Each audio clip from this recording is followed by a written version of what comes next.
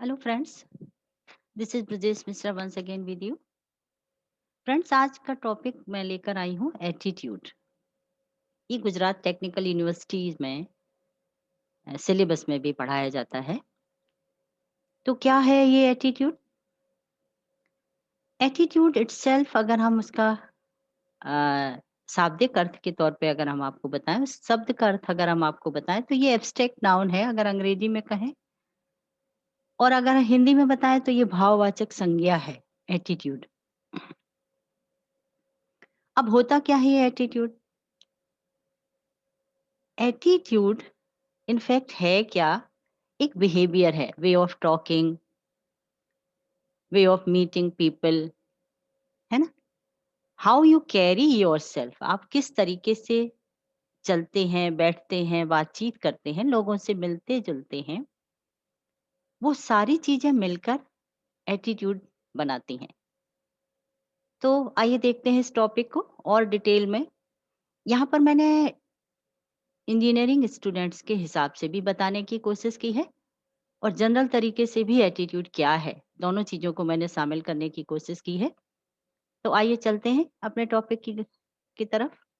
क्या है एटीट्यूड? अगर हम देखें तो डेफिनेशन के हिसाब से एक बिलीफ है, the belief that a person carries about a particular thing builds an attitude towards that thing. अब क्या है द बिलीफ? बिलीफ मतलब विश्वास, यकीन। दैट ए पर्सन कैरीज, एक पर्सन जो कि अपने साथ कैरी करता है किसी एक विशेष चीज के बारे में या किसी एक विशेष परिस्थिति के बारे में, वो एटीट्यूड कहलाता है।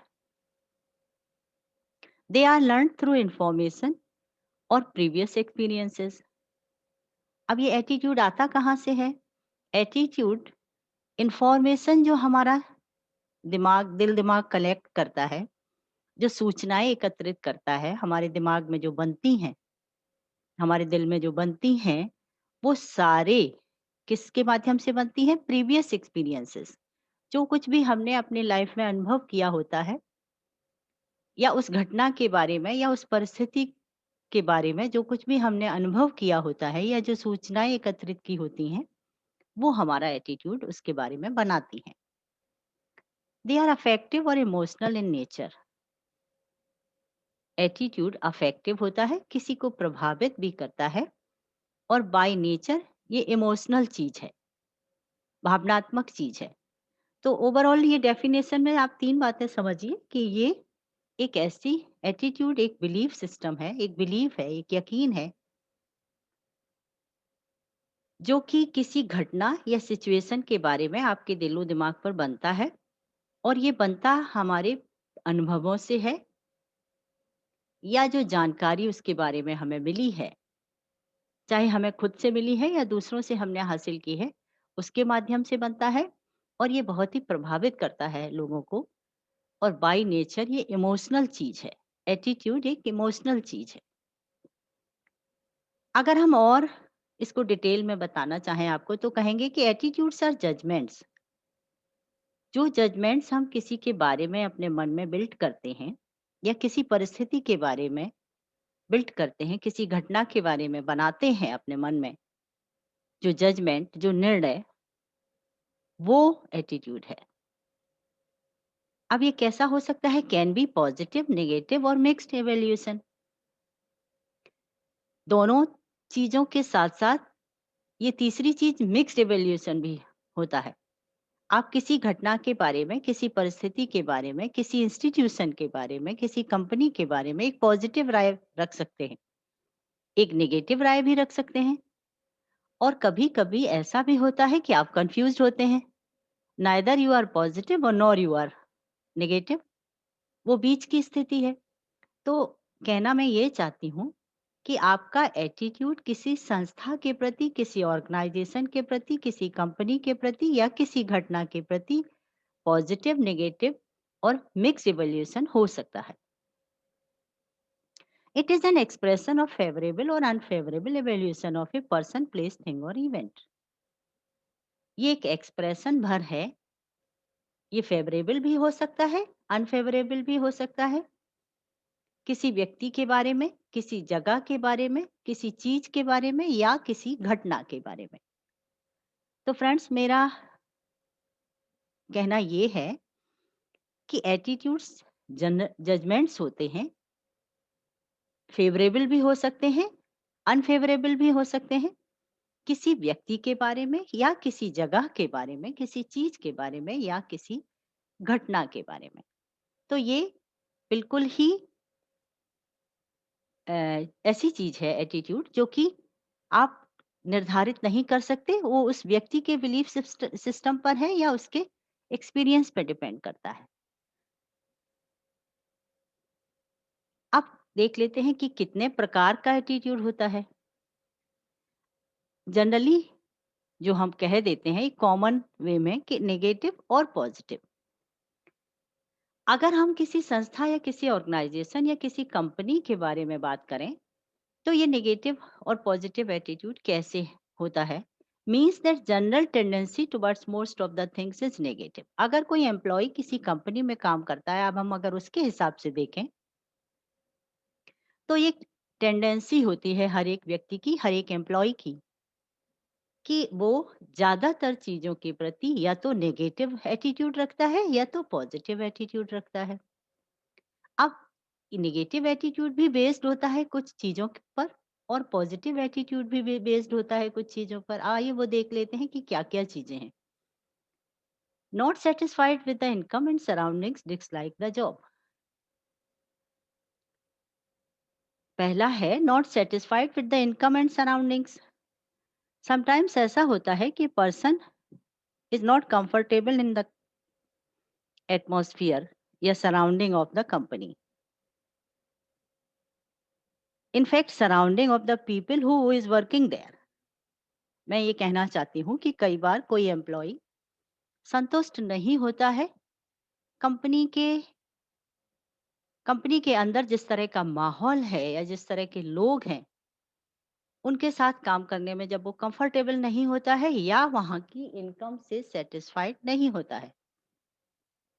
मैं कहना ये चाहती हूँ कि वहां से जो उसे सैलरी मिल रही है, मनी गेन हो रहा है, जो उसे पैसे मिल रहे हैं, उन पैसों से वो संतुष्ट नहीं है, और या वहाँ की परिस्थितियों में काम करने में वो कंफर्टेबल महसूस नहीं करता है।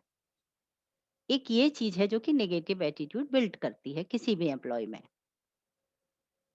दूसरा है डिसलाइकिंग ऑफ जॉब। ये भी हो सकता है कि किसी मजबूरी बस उसने ये जॉब ले लिया हो, लेकिन उसे अपने काम में इंटरेस्ट ना हो या उसे वो काम पसंद ना हो। अनएम्प्लॉयमेंट की वजह से कई बार लोगों को जो रोजगार मिलता है, जो जॉब मिलता है, उसको ले लेते हैं, लेकिन हकीकत में वो उससे सेटिस्फाइड नहीं होते। वो उनको काम करना पसंद नहीं होता है, क्योंकि उन्हें वहां से मनी गेन हो रहा है, पैसे मिल रहे हैं, सैलरी मिल रही है, इसकी वजह से वो जॉब ले लेते हैं। तो एक कारण ये भी हो सकता है उसके नेगेटिव एटीट्यूड का। तीसरा है lack of excitement and enthusiasm. उसे कोई वहां उत्साह ही नहीं है काम करने में।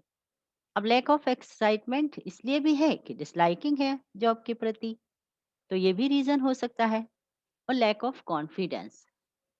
कॉन्फिडेंस एक ऐसी चीज है, वो तभी हो सकता है कि अगर वो व्यक्ति उस काम में निपुण है। अपनी क्षमता पर बिलीव उसे तभी होगा, यकीन तभी होगा, जो कि उसे कॉन्फिडेंस कॉन्फिडेंस आत्मविश्वास बनाने में मदद करेगा, जब उसे अपने काम के बारे में पूरी जानकारी होगी और उसके प्रति उसमें आत्मविश्वास होगा। तो लैक ऑफ कॉन्फिडेंस, लैक मतलब कमी, तो कॉन्फिडेंस में कमी माने आत्मविश्वास ना होना भी एक रीजन हो सकता है किसी भी एम्प्लॉय के एटीट्यूड का। आइए पॉजिटिव एटीट्यूड कैसे बनता है एम्प्लॉयज के अंदर। Tendency towards most of the things is positive. अगर कोई व्यक्ति या कोई एम्प्लॉय हर एक चीज के प्रति पॉजिटिव एटीट्यूड रखता है, माने सीखने की उसमें इच्छा है, विल पावर है, उसकी टेंडेंसी, उसकी सोच ही ऐसी है कि वो हर एक चीज को पॉजिटिव वे में लेता है, तो उसका एटीट्यूड भी पॉजिटिव होगा। ये भी बेस्ड है बहुत सारी चीजों पर। कैसे? Satisfied with the income and surroundings.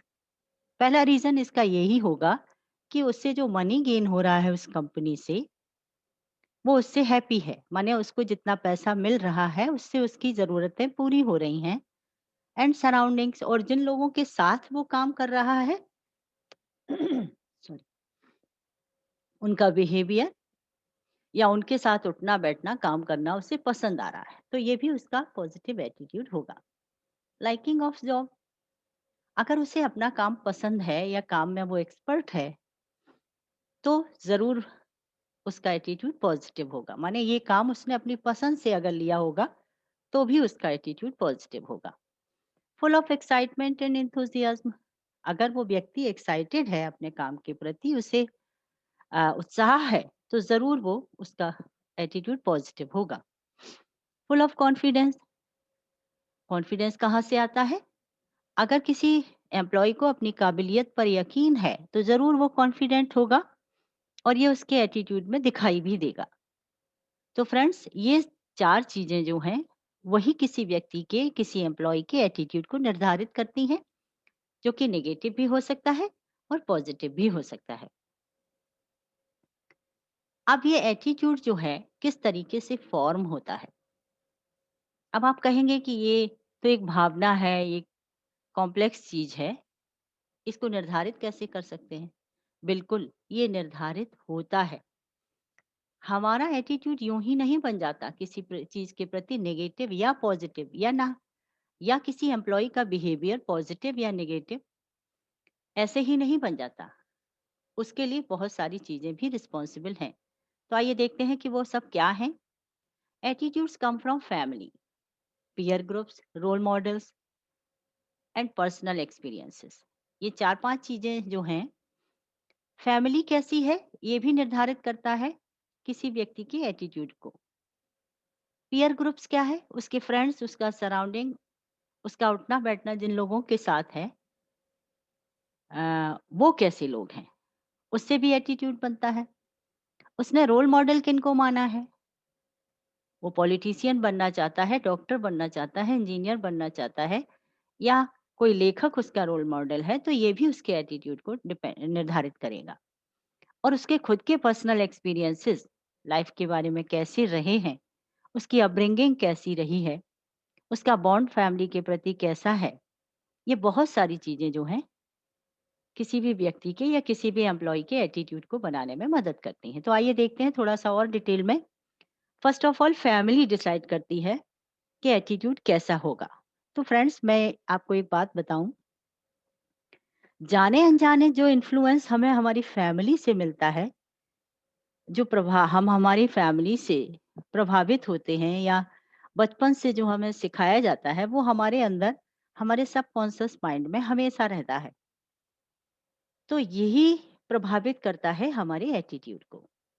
अगर हम और बताएं इस बात को, मान लीजिए आपकी फैमिली में 2 लोग बहुत ही काबिलियत काबिल व्यक्ति हैं, माने अपने प्रोफेशन में सफल व्यक्ति हैं, तो निश्चित रूप से आप भी उनको कहीं न कहीं फॉलो करेंगे। कहीं न कहीं उनका प्रभाव आपके दिलो-दिमाग पर ज़रूर होगा। तो वही आपके एटीट्यूड को बनाने में आपकी भूमिका अदा करेगा। तो इस तरह से तो अ, फैमिली आपके एटीट्यूड को बनाने में भूमिका अदा करती है। जनरली देखा जाता है कि जिनके घरों में ईमानदारी शुरुआत से सिखाई जाती है, उन घरों के बच्चे हमेशा ऑनेस्ट होते हैं, हमेशा ईमानदार होते हैं। मेहनती लोगों के बच्चे मेहनती ही होते हैं।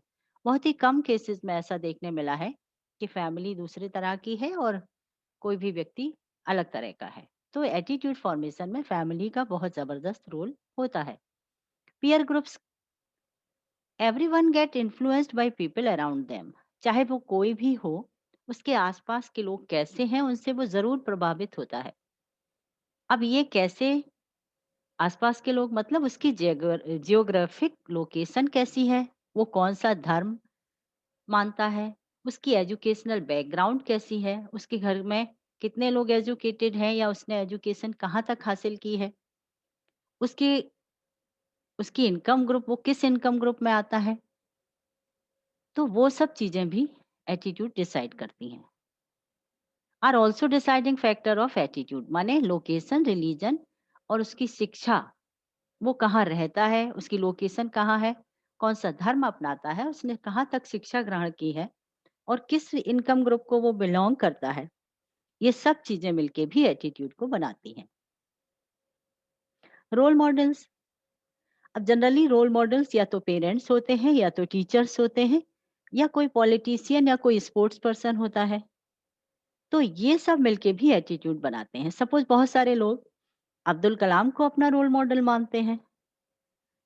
माने मैं कहना ये चाहती हूँ कि अगर किसी एक्टर को, किसी खिलाड़ी को या किसी राजनेता को कोई व्यक्ति रोल मॉडल मानता है, तो वो भी उसके एटीट्यूड को प्रभावित करता है। बहुत सारे लोग अमिताभ बच्चन की तरह बोलना चाहते हैं, चलना चाहते हैं, क्योंकि उनके रोल मॉडल अमिताभ बच्चन हैं। तो वो एम्प्लॉय होते हुए भी वो रोल मॉडल उनका कौन है, ये भी एटीट्यूड को निर्धारित करता है। क्योंकि हम जाने अनजाने अपने रोल मॉडल को ज़रूर फॉलो कर रहे होते हैं। उनकी तरह बोलना चाहते हैं, चलना चाहते हैं, बात करना चाहते हैं। कई बार वे ऑफ ड्रेसिंग भी लोग अपने रोल मॉडल्स की फॉलो करने लगते हैं। तो एटीट्यूड बनाने में रोल मॉडल्स की भी बहुत ज़बरदस्त भूमिका है। पर्सनल एक्सपीरियंसेस भी हमारा एटीट्यूड निर्धारित करते हैं। कैसे? Experiences with different people and organisations also help in developing individual attitude.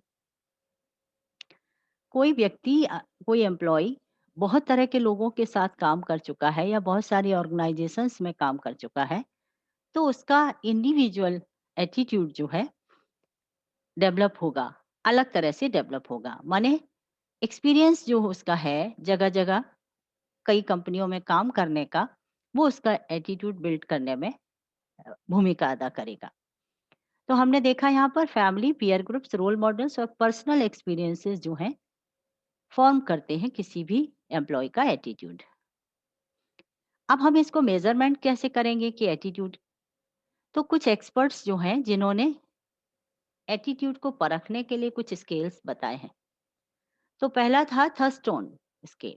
थर्स्टोन एक एक्सपर्ट हैं जिन्होंने कहा कि इस तरीके से किसी भी एम्प्लॉय के एटीट्यूड को हम मेजर कर सकते हैं। Statements both favourable are placed in 11 piles and individuals be asked for a opinion. उन्होंने कहा कि कुछ 11 क्वेश्चंस पूछे जाने चाहिए जिनके अकॉर्डिंग ये तय किया जा सकता है कि ये व्यक्ति का एटीट्यूड फेवरेबल होगा किसी भी ऑर्गेनाइजेशन के प्रति या अनफेवरेबल होगा, माने सहयोगी होगा या उसका कोई सहयोग नहीं मिलेगा कंपनी को।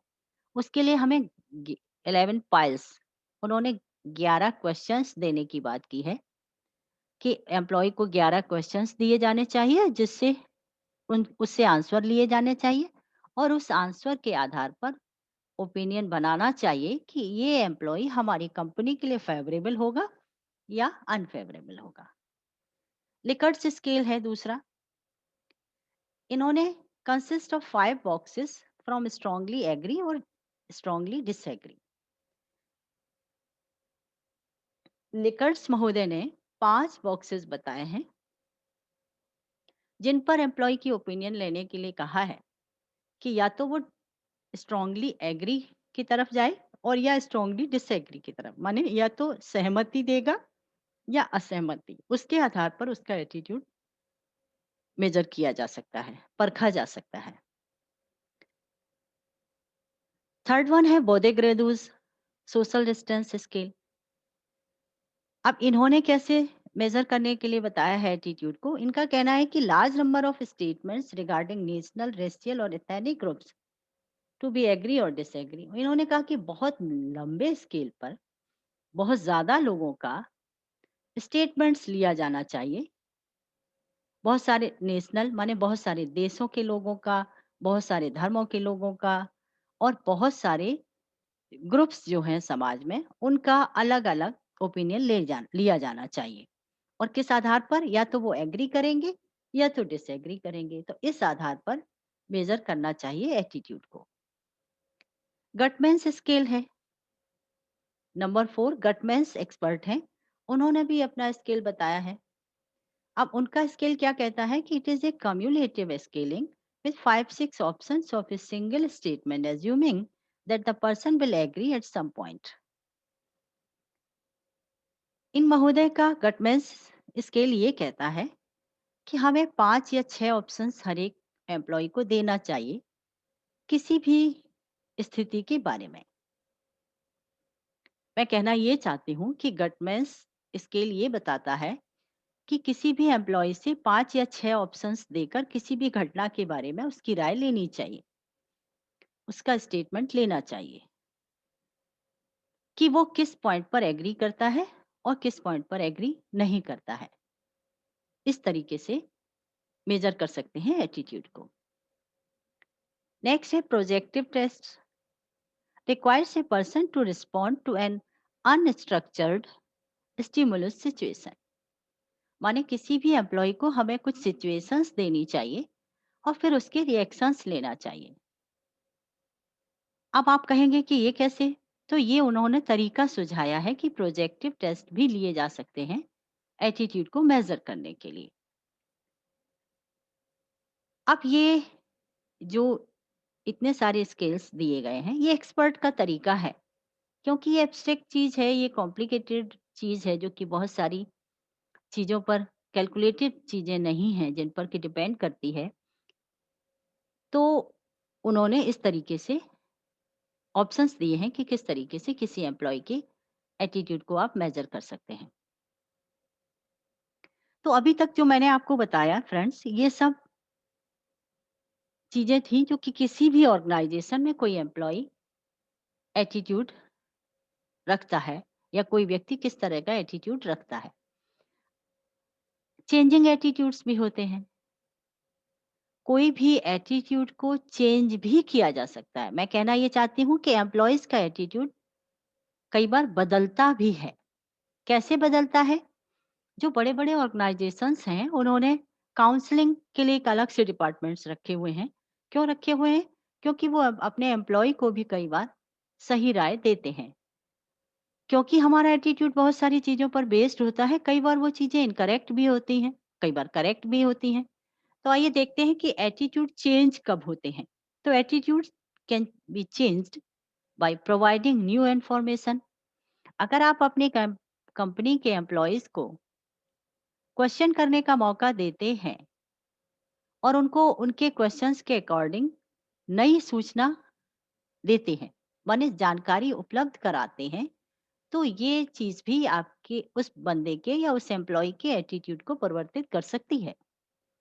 तो by providing new information attitude can be change. माने a employee can be favorable for the company, his attitude can be positive regarding company if we provide new information to him, है ना? तो information providing is also the option to making attitude positive for the company. Use of fear. Sometimes if